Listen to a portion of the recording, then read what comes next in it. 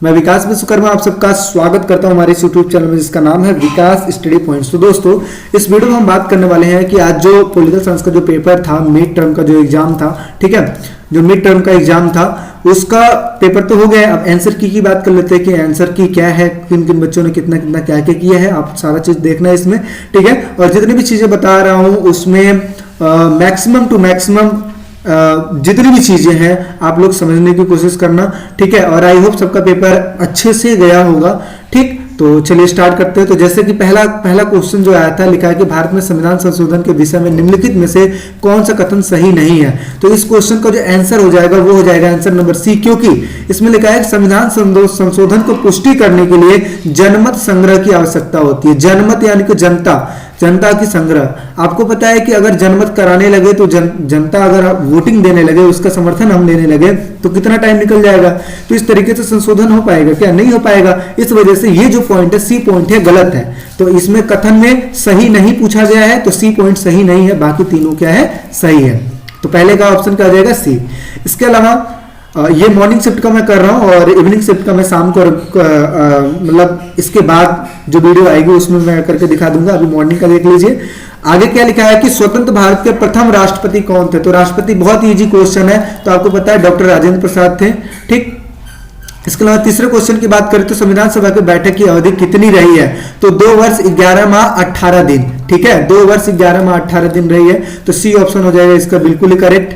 अगला बात करते हैं चौथा लिखा है कि डॉक्टर भीमराव अंबेडकर संविधान सभा की डैश डैश डैश के सभापति थे, किस चीज के, तो प्रारूप समिति के थे। तो सी ऑप्शन इसका भी हो जाएगा सही। अगला बात करते हैं 5वें नंबर का क्वेश्चन है, निम्नलिखित में से कौन सा सिद्धांत फ्रांस के सिद्धांत से लिया गया है, यानी कि कौन सा सिद्धांत लिया गया है। तो नहीं लिया गया है। तो स्वतंत्रता लिया गया है, समानता लिया गया है, बंधुत्व लिया गया है, लेकिन मौलिक अधिकार नहीं लिया गया। मौलिक अधिकार कहां से लिया गया है, तो अमेरिका से लिया गया है। तो ये हो जाएगा इसका, ठीक है। आगे हम बात करते हैं 6 नंबर का क्वेश्चन, सरकार द्वारा निर्धारित न्यूनतम मजदूरी से कम मजदूरी देना नागरिकों को प्राप्त किस मौलिक अधिकार को उल्लंघन। तो जाहिर सी बात है शोषण। इसमें क्या हो रहा है, शोषण हो रहा है। तो 6 का हो जाएगा डी आंसर। अगला बात करते हैं, संविधान संशोधन की प्रक्रिया का उल्लेख किस अनुच्छेद में किया गया है। तो अनुच्छेद 368 में किया गया है। अगला 8वें नंबर का क्वेश्चन, डैश डैश डैश के उपयोग के माध्यम से कोई भी नागरिक चुनाव लड़ने वाले किसी भी उम्मीदवार को वोट नहीं देने का विकल्प चुन सकता है। आप देखते हो जब अगर आप तो गए नहीं होगे वोट देने, अदरवाइज आप अपने पेरेंट्स को देखते हो वोट देने जाते हैं, तो वहां पे ना उनके सामने ये ऑप्शन होता है, ए पॉइंट पे ए, दूसरे पे ए, तीसरे पे ए, ठीक है, ये सिंबल्स होते हैं। और एक लास्ट में लिखा रहता है अन्य। अगर किसी को भी नहीं चुनना है तो आपको क्या करना है, इस वाले को क्लिक करना है कि मुझे जितने भी प्रतिनिधि खड़े हैं मुझे कोई भी पसंद नहीं है, ठीक है। तो ये अन्य का सिंबल क्या होता है, तो अन्य जो होता है इसी को बोलते हैं नोटा, ठीक है, NOTA, नोटा बोलते हैं। तो इसका क्या हो जाएगा, ए ऑप्शन हो जाएगा। अगला बात करते हैं, भारतीय संसद की ऊपरी सदन किसे माना जाता है। तो राज्यसभा को माना जाता है ऊपरी सदन, और निम्न सदन माना जाता है, निम्न सदन माना जाता है किसको, लोकसभा को माना जाता है। तो इसमें जो आंसर हो जाएगा बी हो जाएगा। अगला बात करते हैं, भारत में निर्वाचन आयुक्त की नियुक्ति किसके द्वारा की जाती है। तो राष्ट्रपति के द्वारा की जाती है और मंत्रिपरिषद के परामर्श से की जाती है। तो डी ऑप्शन इसका भी बिल्कुल ही राइट हो जाएगा। अगला बात करते हैं, संसद द्वारा 74वां संविधान संशोधन कब पारित हुआ था। तो जो पारित हुआ था 1992 में हुआ था और 1993 में इसको लागू कर दिया गया था। तो ये चीज है। 12वें का हो जाएगा, पंचायती राज को मजबूत बनाने के लिए संविधान संशोधन द्वारा कुल कितने विषयों को 11वीं सूची में दर्ज किया गया। तो 29 विषयों को किया गया था। तो 12वें का डी भी ऑप्शन सही हो जाएगा। पंचायती राज व्यवस्था के त्रिस्तरीय ढांचे में ऊपरले पायदान पर कौन सी संस्था है। तो सबसे ऊपर वाले पायदान पे क्या है, अगर मैं आपको पिरामिड की शैली में बना के दिखाऊं तो सबसे ऊपर होती है आपका जिला पंचायत, ठीक है, और उसके बाद होती है यहाँ पे प्रखंड पंचायत, और तीसरे नंबर पे होती है यहाँ पे ग्राम पंचायत। तो सबसे ऊपर कौन है, सबसे ऊपर जिला पंचायत हो। तो सी ऑप्शन इसमें हो जाएगा राइट। अगला बात करते हैं, अगला लिखा है कि महात्मा गांधी द्वारा पुस्तक लिखी गई थी। तो क्या लिखी गई थी, सॉरी रिपब्लिक नहीं, हिंद स्वराज लिखी गई थी। तो यहाँ पे रिपब्लिक नहीं होगा, हिंद स्वराज हो जाएगा, ठीक है। तो सी ऑप्शन इसका हो जाएगा बिल्कुल ही राइट आंसर। 15वें का देखते हैं, संविधान सभा ने हमारे संविधान को कब अंगीकृत किया था। अंगीकृत का मतलब होता है कब बनकर तैयार किया गया था। तो कब बनकर तैयार किया गया था, 26 नवंबर 1949 को बनकर ये क्या हुआ था, तैयार हुआ था। तो 15वें का सी हो जाएगा बिल्कुल सही। अगला बात करते हैं 16वां, सबसे बेहतर शासन व्यवस्था माना जाता है। तो जाहिर सी बात है अलग अलग टाइम पे अलग अलग व्यवस्था चलती थी, और आज के टाइम पे क्या है, ए ऑप्शन ज्यादा राइट रहेगा, क्योंकि लोकतंत्र एक ऐसी व्यवस्था है जहां पे जनता की भागीदारी होती है और जनता अच्छे से अपना कर सकती है, इस वजह से लोकतंत्र इसका आंसर हो जाएगा।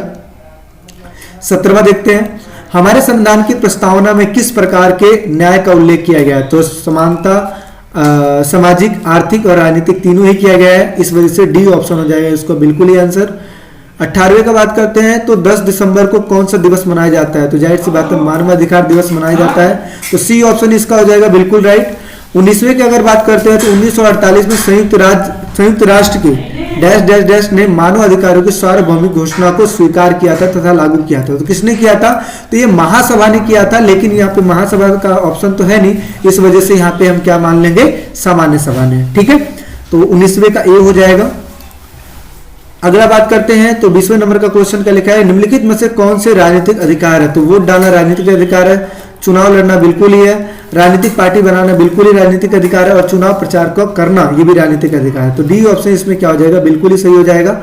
ठीक, अगला बात करते हैं, यदि आपके किसी कार्य के होने से सरकारी विभाग में निलंबित हो रहा है तो आप किस अधिकार का उपयोग करके जानकारी प्राप्त कर सकते हैं। तो जाहिर सी बात है सूचना का अधिकार ये मिलता है आपको, कि सूचना के अधिकार से आप ये जान सकते हो कि आपका काम क्यों निलंबित किया गया है, और कि क्या कार्रवाई हो रही है कि नहीं हो रही है, इन सब चीज को आप जान सकते हो सूचना के अधिकार से। अगला बात करते हैं 21वें नंबर का, तो लिखा है कि ग्रीन पीस संस्था किस क्षेत्र में कार्य करती है। तो किस क्षेत्र में कार्य करती है, तो पर्यावरण के क्षेत्र में ये कार्य करती है, इसमें पर्यावरण हो जाएगा। अगला बात करते हैं, तो औपनिवेशिक शासन के कारण किस महाद्वीप के देशों के विकास की गति बुरी तरह प्रभावित हुई थी। तो किसकी हुई थी, इसमें आई थिंक जो हो जाएगा ए एशिया और अफ्रीका बिल्कुल ही राइट हो जाएगा, इसमें अफ्रीका, एशिया और अफ्रीका। ठीक है, तो इस तरीके से यहाँ पे बी ऑप्शन सही हो सकता है। ठीक, ये देखिए जितनी भी चीजें मैं बता रहा हूँ सारे मतलब गेस्ड वाले हैं, कुछ श्योर है, तो इस तरीके से अगर आंसर की मेरे पास आता है तो मैं आपको बता दूंगा।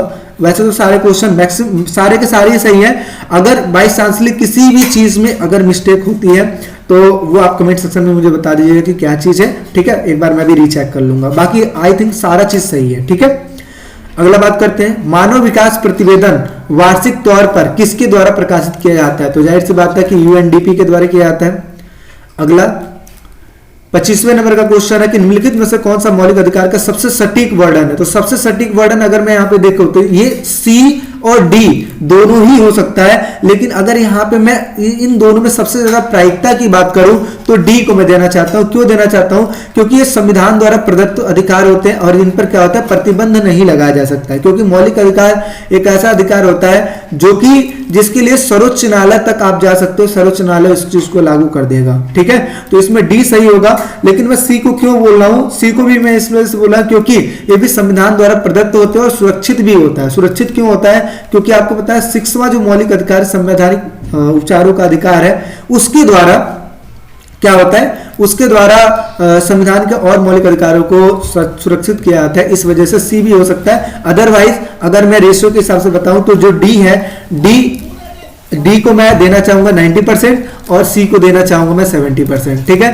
तो अब आंसर की जब आएगा उसमें आप चेकआउट कर सकते हैं, अदरवाइज यहाँ पे डी ऑप्शन की ओर मैं जाना चाहता हूं। अगला जो क्वेश्चन है 26 नंबर का क्वेश्चन, कौन से अधिकार को संविधान का हृदय और आत्मा कहा गया है। तो जाहिर सी बात है संवैधानिक अधिकार को हृदय, संवैधानिक उपचारों का अधिकार को कहा गया है हृदय और आत्मा, और किसने कहा था, ये बी आर अम्बेडकर ने, यानी कि भीमराव अम्बेडकर ने कहा था। अगला क्वेश्चन, न्यायिक पूर्णावलोकन की शक्ति का प्रावधान किस देश के संविधान से लिया गया। तो कहां से लिया गया है, ये जो न्यायिक पूर्णावलोकन की शक्ति का लिया गया है अमेरिका से लिया गया है। ठीक है, अगला बात करते हैं 42वां संविधान संशोधन किस वर्ष पारित हुआ था। 42वां संविधान संशोधन किस वर्ष पारित हुआ था। तो 1976 में इस चीज को पारित किया गया था। 1976 इसमें क्या हो जाएगा, राइट आंसर हो जाएगा। ठीक है, अगला बात करते हैं, अगला है कि इजराइल की राष्ट्रीय विधायिका का नाम है, क्या नाम है। तो इसका नेसेट नाम है। ठीक है, नेसेट नाम है इसका है। एक सेकेंड, अगला बात करते हैं,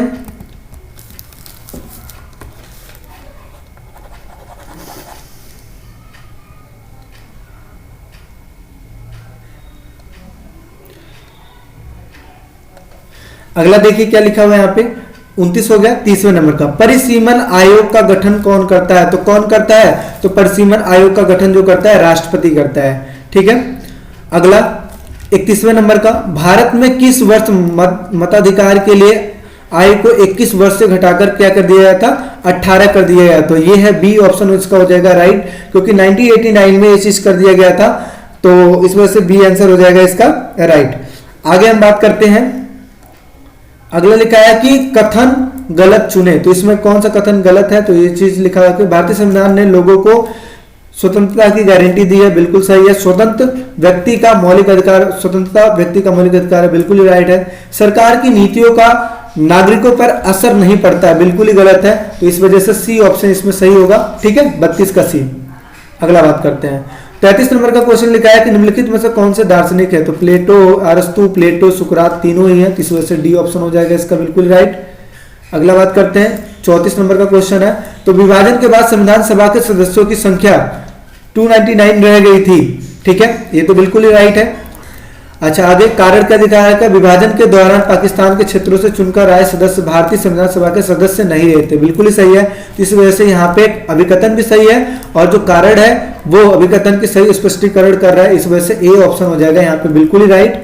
आगे बात करते हैं, अधिकार क्या होते हैं? तो ऐसा दावा जिसका औचित्य सिद्धांत हो, ऐसा हक जिसे समाज से मान्यता प्राप्त हो, और ऐसी मांगे जो श्रेष्ठ मानव विकास के लिए अत्यंत आवश्यक हो। तो तीनों ही मुझे लग रहा है, तो इस वजह से क्या है इसमें ये जो डी ऑप्शन है बिल्कुल ही राइट हो जाएगा, ठीक है।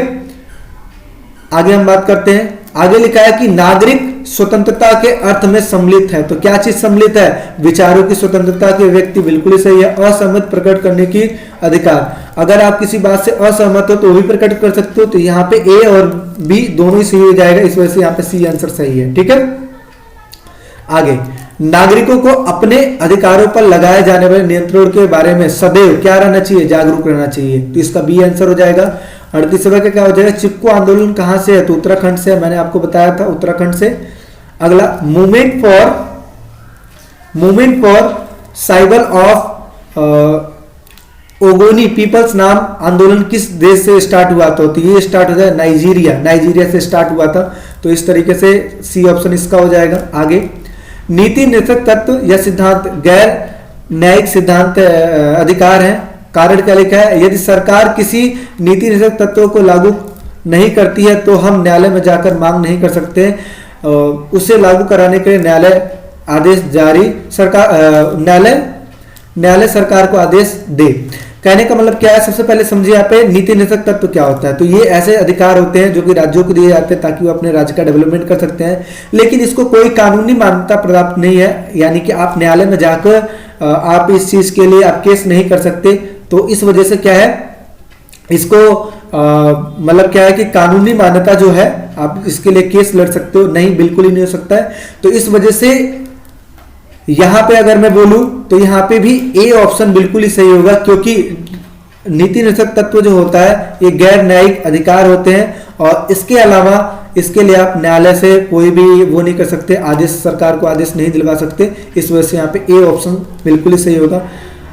तो ये जितने भी चीजें मैं बता रहा हूँ अपने हिसाब से मैं बता रहा हूँ, ठीक है, और सटीक बता रहा हूँ, सही बता रहा हूँ। और कुछ ऐसे अगर क्वेश्चन आपको लगता है कि डाउटफुल है, या फिर आपके टीचर ने या फिर आंसर की में कुछ वैसे मिलते हैं, ठीक है, तो आप कमेंट सेक्शन में हमें बता सकते हैं, ठीक है।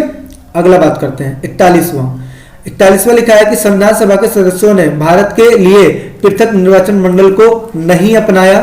दूसरा, उनका विचार था कि यह व्यवस्था हमारे उद्देश्यों को पूरा नहीं करेगी।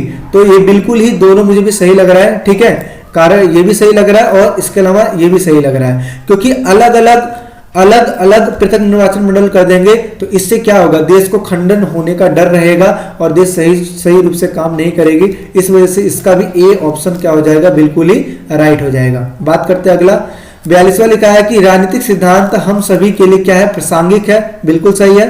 राजनीतिक सिद्धांत से हमारे विचार प्रकृष्ट होते हैं और हम प्रभावी तरीके से संप्रेषक कर पाते हैं। तो इसका भी जो चीज मुझे लग रहा है ए पॉइंट ही बिल्कुल सही लग रहा है, ठीक है।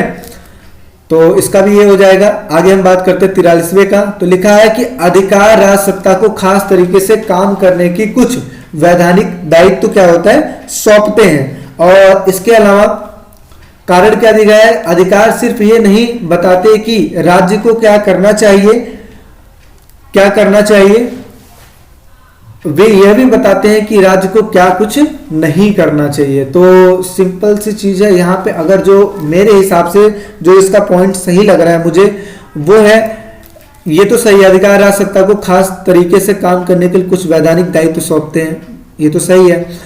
अधिकार सिर्फ ये नहीं बताते हैं कि राज्य को क्या करना चाहिए, यह भी बताते हैं कि राज्य को क्या कुछ नहीं करना चाहिए।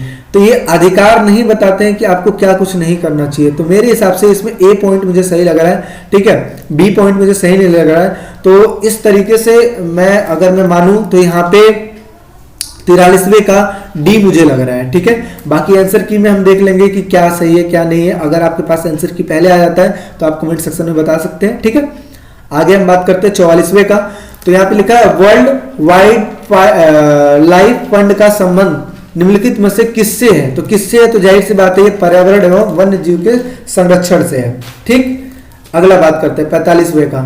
एशिया और अफ्रीका के बहुत से देशों के निवासियों का जीवन स्तर क्या था, निम्न था। बिल्कुल सही है। एशिया और अफ्रीका के बहुत से देशों में शिक्षा, चिकित्सा, अन्य सुविधाएं काफी कम है। तो ये मुझे सही नहीं लग रहा, अभिकथन सही है, कारण मुझे सही नहीं लग रहा है, ठीक है। तो इस वजह से क्या है, इसमें ये जो डी ऑप्शन है बिल्कुल ही सही है।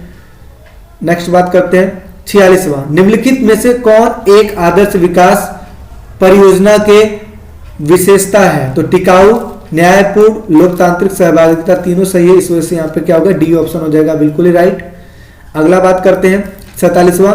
भारतीय संविधान में मौलिक अधिकारों के अंतर्गत दिए गए सांस्कृतिक शैक्षिक अधिकार में क्या क्या शामिल किया गया। तो क्या क्या शामिल किया गया है, अल्पसंख्यकों की भाषा संस्कृति संरक्षण, ये बिल्कुल सही है। अल्पसंख्यकों को शैक्षिक संस्था स्थापित करने के लिए अधिकार, बिल्कुल सही है। धार्मिक मामलों का प्रबंधन, तो इसमें क्या होगा, डी ऑप्शन सही हो सकता है, ठीक है। अगला बात करते हैं 48वां। संपत्ति के अधिकार को मौलिक अधिकार की सूची में कब बाहर निकाला गया, ठीक है। तो संपत्ति का अधिकार कब निकला था, 1978 में निकला था। तो इसका बी ऑप्शन हो जाएगा। अगला बात कर लेते हैं लास्ट सेक्शन सी जो हमारा है। तो नीचे दिए गए चित्रों का अध्ययन कीजिए और प्रश्नों का उत्तर दीजिए। तो यहाँ पे देखिए क्या लिखा है, चित्र के बीच में खड़ा व्यक्ति क्या करने का प्रयास कर रहा है। तो जाहिर सी बात है यहाँ पे अगर आप देखें तो एक व्यक्ति है जिसके दो मुंह बने हुए हैं, वो इसे भी हैंडल कर रहा है और इसमें भी हैंडल कर रहा है। तो इस तरीके से हम क्या बोल सकते हैं कि अलग अलग आकांक्षाओं के बीच सामंजस्य बैठाने का प्रयास कर रहा है। तो सी ऑप्शन बिल्कुल इसमें राइट हो जाएगा।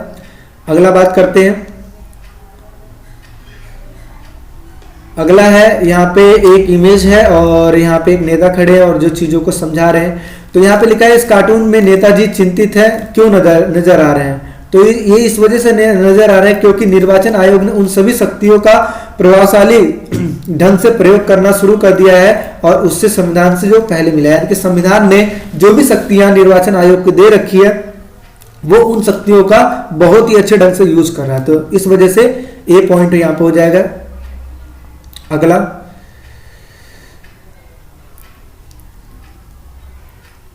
यहाँ पे देखिए लिखा है कि राज्यसभा का चुनाव लड़ने के लिए उम्मीदवार की न्यूनतम आयु होनी चाहिए। तो सिंपल सी चीज है, अगर राज्यसभा की अगर बात करूं तो 30 वर्ष, लोकसभा की 25 वर्ष, ठीक है। तो यहाँ पे डी ऑप्शन हो जाएगा, लेकिन ये आपके लिए नहीं था। अगला बात करते हैं, नीचे यहाँ पे कुछ फिगर बनाए गए हैं और इसमें लिखा है झंडा दर्शाता है, यानी कि यह झंडा जनता की किन अपेक्षाओं का प्रतीक है। तो ये जो चीज है ये स्थानीय शासन से लिया गया है, तो इस वजह से ए ऑप्शन इसमें हो जाएगा क्योंकि जनता की स्थानीय शासन की उम्मीदों के बारे में ये चीज है, तो ए पॉइंट इसमें हो जाएगा। अगला बात करते हैं constitution for India bill. Constitution for India bill जो है ये किस वर्ष बनाया गया था। तो अगर मैं बताऊं कॉन्स्टिट्यूशन ऑफ इंडिया बिल किस वर्ष बनाया गया था, तो ये जो पैसेज था, सॉरी इसमें पैसेज का वो है बट कोई नहीं, पैसेज आप देख लीजिएगा, अदरवाइज मैं इसमें बता दूं इसमें जो सही है आंसर होगा वो है इसमें सी आंसर, क्योंकि 1895 में इस चीज को बनाया गया था, ये आपके पैसेज से लिया गया है। ठीक है। 53 नंबर का क्वेश्चन है, इसमें लिखा है कि नागरिकता की धारणा के संदर्भ में मोतीलाल नेहरू ने रिपोर्ट किस वर्ष मतलब वो किया था, तो 1928 में किया गया था, ठीक है। 54 नंबर का क्वेश्चन क्या लिखा है, मोतीलाल नेहरू ने में लोकसभा के लिए मतदान के लिए कुल कितनी आयु को प्रदर्शित मतलब दिखाए थे, तो वो क्या है, मोतीलाल नेहरू रिपोर्ट में लोकसभा के लिए मतदान करने की आयु कितनी प्रस्तावित किए थे, तो कितनी किए गए थे, 21 किए थे, ठीक है, क्योंकि स्टार्टिंग में 21 था और फिर क्या है आगे चल के क्या है 18 ये हो गया था, ठीक है। आगे बात करते हैं, वर्तमान में भारत में आम चुनाव में मतदान करने के लिए न्यूनतम आयु कितनी होनी चाहिए, 18 है, बिल्कुल सही है। तो इसमें कोई आई थिंक दिक्कत तो आई नहीं हुई क्योंकि पैसेज का है, तो ये पैसेज लिखा हुआ है, इसको पढ़ लीजिएगा। सीधा आंसर की बात करते हैं, इंटरनेट का इस्तेमाल करने वालों के लिए अंग्रेजी भाषा में कौन से शब्द का उपयोग में किया जाता है, शब्दों का उपयोग किया जाता है, तो इसका जो सही आंसर होगा वो होगा सी, नेटिजन, ठीक है। आगे क्या लिखा है कि भविष्य में इंटरनेट द्वारा व्यापार में क्या हो सकता है, तो बढ़ोतरी हो सकती है, ए पॉइंट इसमें सही हो जाएगा। अगला बात करते हैं, इंटरनेट के उपयोग में पर्यावरण की रक्षा के लिए सक्रिय कार्यकर्ताओं का आपस में क्या होता है, तालमेल आसान होता है या कठिन होता है या मुश्किल होता है, असंभव होता है, तो जाहिर सी बात है क्या होता है, इसमें आसान होता है, ठीक है, इसमें आसान हो जाएगा। आगे बात करते हैं, अगला 59, निम्नलिखित में से कौन सा एक सोशल मीडिया प्लेटफॉर्म है, तो अगर मैं यहाँ पे मैं बोलूं तो निम्नलिखित में से कौन सा एक सोशल मीडिया प्लेटफॉर्म है, तो अगर मैं यहाँ पे देखूं तो व्हाट्सएप भी है, फेसबुक भी है, इंस्टाग्राम भी है, तो इस वजह से डी ऑप्शन इसमें हो जाएगा बिल्कुल ही राइट। अगला बात करते हैं, इंटरनेट का प्रयोग करते समय निम्नलिखित में से क्या महत्वपूर्ण है, क्या चीज महत्वपूर्ण है, तो जाहिर सी बात है कि व्यक्तिगत जानकारी की सुरक्षा भी और व्यक्तिगत गोपनीयता भी दोनों इंपॉर्टेंट है, इस वजह से यहाँ पे सी ऑप्शन हो जाएगा बिल्कुल ही राइट। तो इस तरीके से 60 क्वेश्चन मैंने करवा दिए हैं और पूरी कोशिश की है कि एक भी आंसर आपका गलत ना हो, सारा का सारा चीज सही हो, ठीक है। बाकी आंसर की जो मिलेगा आपको भी मिल जाएगा और हमारे पास भी आता है, तो एक बार मैं भी रीचेक कर लूंगा कि क्या चीज सही है। आई थिंक सारा चीज ओके है, ठीक है, चेक कर लीजिए और मुझे बताइए कि कुल कितने मार्क्स आपके आ रहे हैं, क्योंकि पेपर आपने किया, पेपर आपके पास ही है और जो चीज आपने किया वो तो सारा चीज आपको पता ही है, तो इस वजह से फटाक से गिन के बताइए कितने नंबर आपके सही हो रहे हैं। और जो मैंने सैंपल पेपर डाला था, जितने भी मेरे नोट्स हैं, जितने भी मैंने एमसीक्यू कराए, क्या आपके लिए फायदेमंद हुए कि नहीं हुए, ठीक है, वो चीज भी बताइए कमेंट सेक्शन में। और बाकी मिलते हैं नेक्स्ट वीडियो में। हाँ, शाम वाले बच्चों के लिए मैं एक चीज और बता दूं कि जो अगला वीडियो आने वाला है उसमें उनका पेपर डिस्कशन हो जाएगा, ठीक है। मिलते हैं एक नेक्स्ट वीडियो में अगले चीज के साथ। अभी के लिए टेक केयर, बाय बाय।